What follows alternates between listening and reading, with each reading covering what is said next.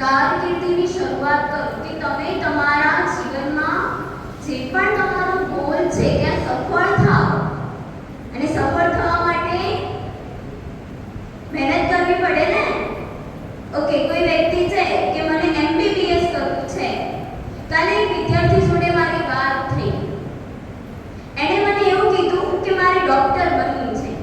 Okay, but એ વિદ્યાર્થી આર્ટ્સનો student હતો.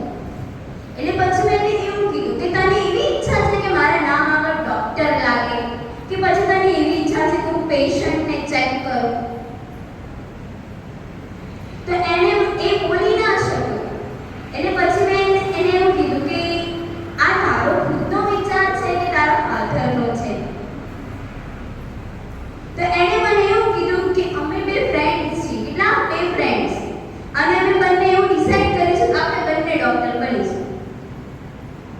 પછી મેં એને એવું કીધું ઓકે તારે, પછી મેં બે રસ્તા આપ્યા કે જો તારે ડોક્ટર લગાવવું હોય તો તું BA કોઈ પણ સબ્જેક્ટમાં કરી અને PhD કરે તો તને ડોક્ટરની ડિગ્રી મળી જાય અને તારા નામ આગળ શું લાગે?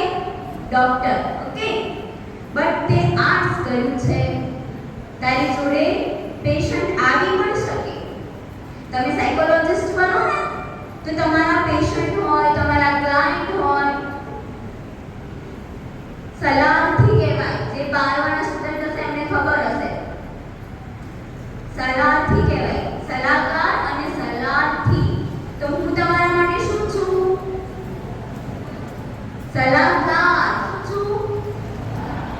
ઓકે, અને તમે મારા માટે શું છો? સલાહથી. ઓકે,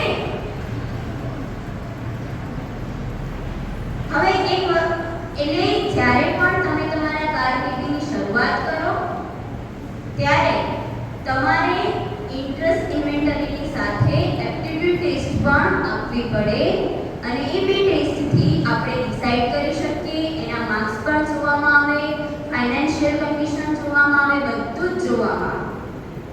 ઓકે, આપણી વાત અધૂરી રહી ગઈ. કઈ? ડોક્ટર વાળી રહી ગઈ ને? તો એમને મેં એવું કીધું કે ઓકે તમે માસ્ટર ઇન ક્લિનિકલ સાયકોલોજીસ્ટ કરો, BA માં સાયકોલોજી રાખો અને MA ક્લિનિકલ સાયકોલોજીસ્ટ કરો. તમને લોકોને ખબર છે તમારા પ્રિન્સિપલ ક્લિનિકલ સાયકોલોજીસ્ટ છે? એમને